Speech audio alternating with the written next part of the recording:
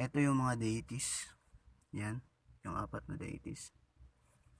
At ito naman, yung dead language na hindi na ginagamit natin ngayon. At tapos, yung nasa gitna, huwag ka na magtanong kung ano yan. Tapos ito naman, yung Holy Grail, simbolo lang. Hindi talaga to yung Holy Grail. Simbolo lang yan. Kasi yun ang yun ang cup. At ito naman, ito yung sigil.